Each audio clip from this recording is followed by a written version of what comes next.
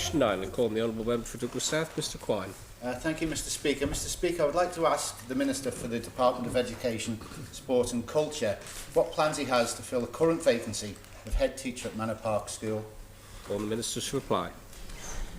Thank you, Mr Speaker. Following the resignation of the current head teacher with effect from December the 31st, 2020, Mr Rob Cool, head teacher of Annika School, has been appointed interim head teacher of Manor Park on a temporary basis from January 2021.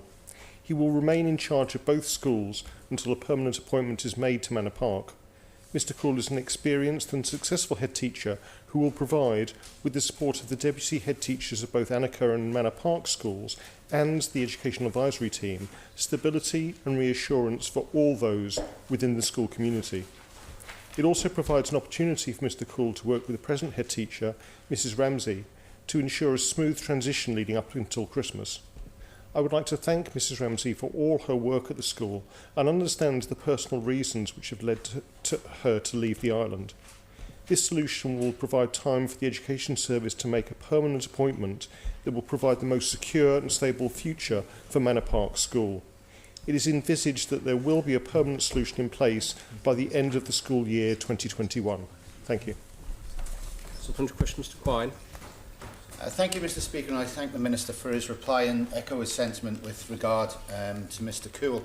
Mr Speaker, is the Minister aware, based on the 2019 data and when the disapplied criteria is not taken into account, that only 25% of pupils who had subsequently left Manor Park School in order to continue their secondary education at Ballacabeen High School achieved the benchmark figure of 5 GCSE passes? Thank you. Minister to reply. Thank you very much, Mr Speaker. There are a range of measures schools use to judge the effectiveness of provision of pupils, and these outcomes include attainment and achievement measures across a range of subjects and skill sets from individual starting points. Whilst GCSE grades are a form of outcome measurement, they do not fully reflect the progress some pupils achieve through learning and inspirational teaching. There are also a range of non-subject specific skills and attitudes that contribute towards each individual pupil's achievements. Teachers strive to approach an individual pupil's learning in a holistic manner and enable all our young people to grow and be positive contributors to our island community. Thank you. Supplementary question, Mr Hooper. Thank you very much, Mr Speaker. The Minister mentioned in his answer that currently we have one head teacher serving 2 nearby schools.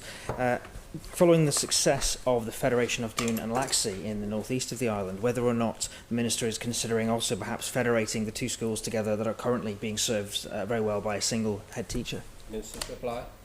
Thank you very much, Mr Speaker, and I thank the Honourable Member for Ramsey for his comments.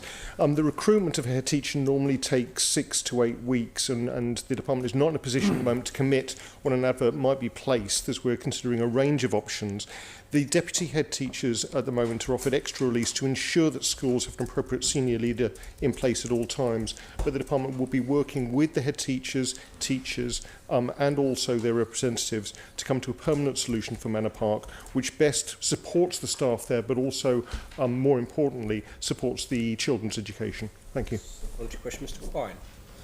Thank you, Mr Speaker, and again I thank the Minister for his reply. Mr Speaker, is the Minister also aware of perhaps the saddest indictment in this, and that not one single student, 0%, who has gone on to Ballacabeen from Manor Park and who is receiving free school meals has managed to achieve the benchmark of 5 GCSE passes, and I am happy to say that this pattern has been consistent over many years.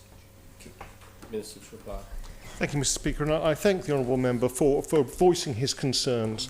When we look at the educational attainment of young people, there may be 99 reasons for that, but perhaps schools and the teachers that provide their education are one. We're looking at wider determinants in terms of people's attainment and people's long-term achievements. But I also would like to contribute one aspect of this whole debate.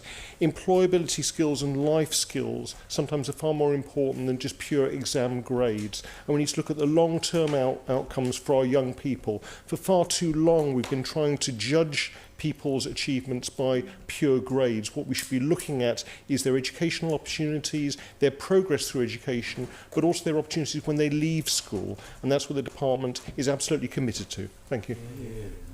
Final supplementary, Ms Edge. Thank you, Mr Speaker. I just wonder if the Minister would mind circulating the Department's actual policy on Federation schools. And clearly the Minister stated, I think it was during the programme for government or during one of the education debates, that he wasn't particularly in favour of academies. Well, federations are very similar, so I'd like to receive the Department's policy on a federation and an academy, please. Thank you very much. And to clarify the situation for the honourable member, the department do not have a policy on academies. We do not particularly have a view on academies, and academies in the United Kingdom have been extremely divisive in terms of setting one group of employed teachers against another based on different pay grades. In terms of federation of schools, there is no department policy on that either. It has been used pragmatically as a way of dealing with schools who are very close together and trying to combine the roles of head teacher to support the staff there and support the pupils there.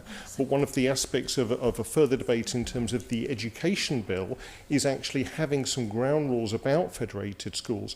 When schools are federated, and she comments on one example, that's been with the explicit cooperation and agreement of the teachers who work in that school to get the best result for their local community. Thank you.